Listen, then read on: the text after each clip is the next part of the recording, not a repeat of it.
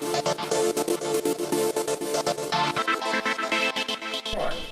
afternoon, everyone. Looks like we're running a little bit behind schedule, so I'll try to speed this up. My name's Steve West. I'm the CEO and founder of Chargenet New Zealand. If you don't know what we do, I'm about to tell you. So, our story began back in 2014. That was when I brought in the first Tesla Model S to New Zealand, and of course, being an awesome car capable of 400k range, amazing performance, and really gorgeous looking, I wanted to show the whole country, I wanted to show New Zealand what EVs were capable of in 2014. And it just so happened that another Kiwi was just moving back from Norway and also brought his Tesla Model S back with him, and so the pair of us set off on a road trip. That's Carl up there on the left. He owns the dark green one, and I own the red one. So what became immediately apparent though was that at the time there was no public charging infrastructure, none to speak of, and being passionate believers in electric vehicles and knowing that they are the future of transport in New Zealand, it seemed obvious that we had to have some kind of network, public charging network. And at the time, there seemed to be no indication that that was going to happen on its own. And we did some basic analysis of the problem. And if you look at the State Highway 1, for instance, 2,000 kilometres long, you don't need very many stations to cover the whole length with having them only 75 kilometres apart. If you want to go the whole hog and cover every state highway, then you're talking about maybe 124, 125 stations. If you run the numbers, it's not that scary a prospect. I mean, you're talking about a few millions of dollars, not billions. So you look at that in the context of the national budget for roading, for instance, and it's just a drop in the bucket. It's in the margin of error. But in fact, it's such a small sum in relative terms that one individual or family could even do that, could actually fund that. And so that was my family. We decided to do that. So you can imagine the conversation with my wife. Yeah, honey, you mind if we spend all our money on a charging network? Anyway, so why DC charging stations? So this was the goal, was DC charging stations everywhere. And there's a few reasons for that, and mainly it's because what we're trying to enable is long distance travel, and that only becomes practical if you can charge really, really quickly. And when you're talking about a 50 kilowatt charging station, that's a 20-25 minute charge time before you can get back on the road. But the costs are pretty significant, and they're not, at least at an individual or a small business level, that's not going to happen organically, not for the most part.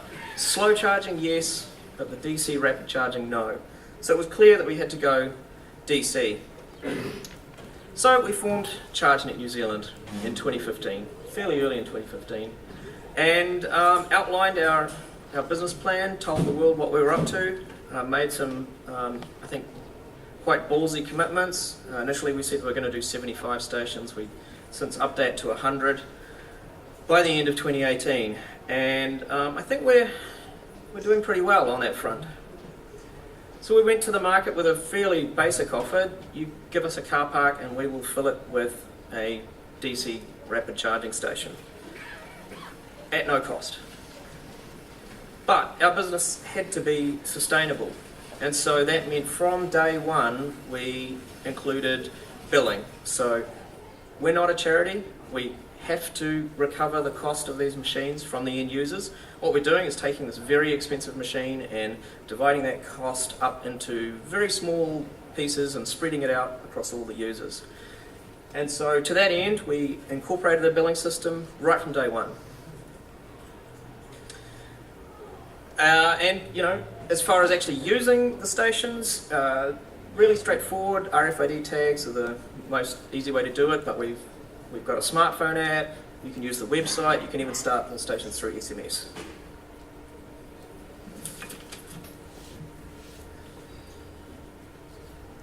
Collaboration, absolutely essential. There's no way we could have done what we've done to date without the help of so many partners, and that's automotive companies, the lines companies, retailers, local government, central government, fleet operators, energy companies like Z have been incredibly helpful. So back in October 2015 we celebrated opening our very first charging station. We're absolutely thrilled to be there and to engage with the local community and to form relationships, and we've maintained those relationships moving forward, and so we have what we call champions, friends of ours, advocates all over New Zealand. Back when we started, there was one rapid charger in the whole country. Now there's about 76, so we've already come a really long way. Wonder what we'll have a year from now. Maybe 150, we'll see. So in other exciting news, the government has been taking a very proactive role in offering up contestable funding for low emissions projects, and that includes charging infrastructure. The first round we were co-applicants with a couple of bids that were successful, and then in this latest round a couple more bids where we were the lead applicant, and so we've received some co-funding from the government to install charging routes in the South Island where they would not otherwise be economically viable. So how are we doing as a country? When you look at those graphs, they look pretty similar, except that there's a slight difference of scale. So Norway is, we always look to Norway because they are the absolute poster child for EV uptake, and the reason why it's a valid comparison is because Norway is about the same size as us geographically. They have about the same population. They do a bit better on the GDP front, mainly because they export oil. But they've had policies in place for over a decade that have very strongly encouraged the uptake of EVs, and it has worked really, really well. So yeah, yes, there's a 50-to-1 difference in those scales, but you look at the slope. We are, as a country, we are not just keeping up, we are excelling. So if anyone's heard, we're up to 4,500 EVs on the road in New Zealand. So even since the end of 2016, we are just blowing these numbers out of the water, which is fantastic. So our network usage has been following a similar curve. Of course, we keep adding stations to the network, people keep buying EVs, and it's just massive, massive growth. So what of the future for Chargenet? So we started off wanting to solve this very specific problem, and we're well on the way to doing that. But in order to do that, we had to build some systems, and it turns out that those systems we built, the driver care, the charger management, and all of that billing software and the network management and the telemetry, all of that stuff's really useful for other styles of charging. So it makes absolute sense for us to provide those services for parking buildings, for workplaces, where they need to monitor and do cost recovery on their charging stations. The other thing that's really exciting and is coming really soon to the world is high power DC. Now, 50 kilowatts is a lot of power, but when you've got a big battery, even that's not enough. 350 kilowatts is the next generation of charging standard, and it isn't just coming, it's here. So the first high power DC charging site is being installed next month in Europe, okay? And we're going to see those springing up every month, dozens of them. The point is that EVs are getting bigger and bigger batteries, and they need faster and faster charging, and this is very exciting for us here in New Zealand. It's not coming to New Zealand next month, but watch this space. The other thing that's really exciting to be working on is demand response. So part of the economics of installing charging stations is the electrical supply, and there are always constraints on the supply. Now, traditional approaches to installing appliances is that you have to provision enough supply to meet the peak demand of all of those appliances at once, depending on if they're going to get used all at once.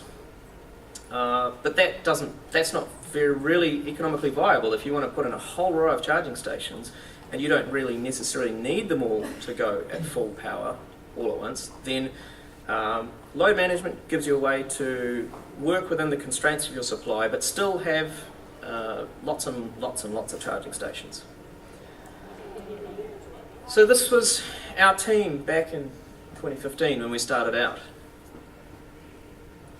This is our team in 2017.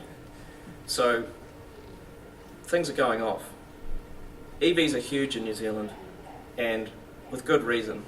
80% renewable generation, it just makes sense. Thank you.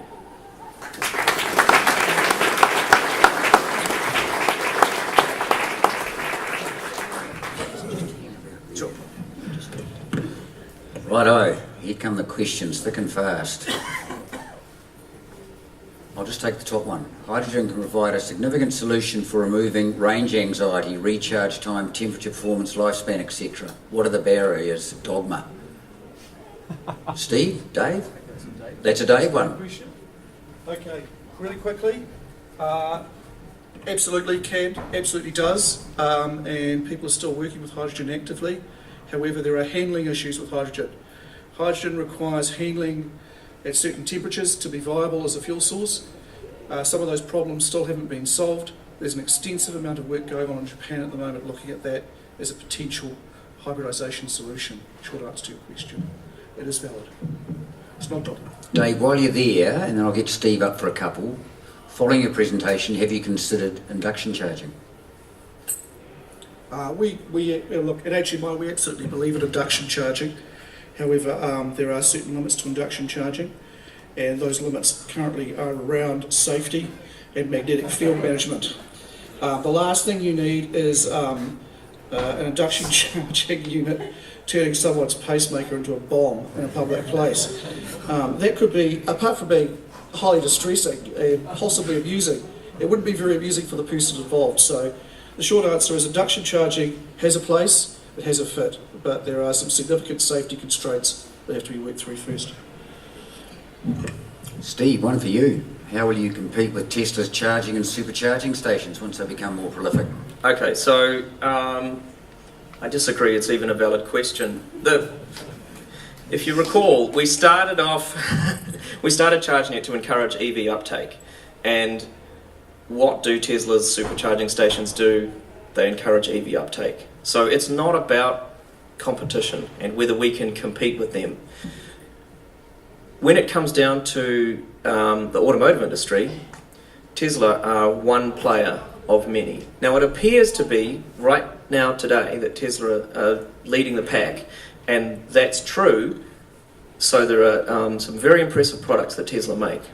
But in the next year, 2 years, 3 years, we are going to see many EVs coming from the other automotives, and they need charging as well. Right now, if you supercharge a Tesla, it's free. But even Tesla admit that that's not a sustainable model, and they've indicated that by the end of this year they're going to be charging people for the electricity cost. So we're all about offering people options. And if you're a Tesla owner right now, you're really lucky, you can supercharge in Hamilton. If you want to charge anywhere else in the country right now, then it's going to be at one of our stations or one of the other providers. Have I answered the question? It's all good. Steve, how do you feel about answering that one about fast charging or battery life? Okay, so yeah, I can answer that one. Studies have been done naturally on this, and taking samples of vehicles that were known to have never been DC fast charged, and then another group of vehicles that were definitely DC fast charged, and it compared their battery degradation over time. And the difference in those sample sets is in the margin of error. So there is no significant or measurable difference in battery degradation from DC fast charging. Excellent. I don't think I can answer that either. No, you're too modest too. Alrighty, look, thank you both very much. Thank you, Dave, for throwing a few grenades out there. I think it's always important that that's done at a conference, that you don't just follow the party line. It was good to hear your views about various aspects and for them to be as forthright as they were as well, so thank you both.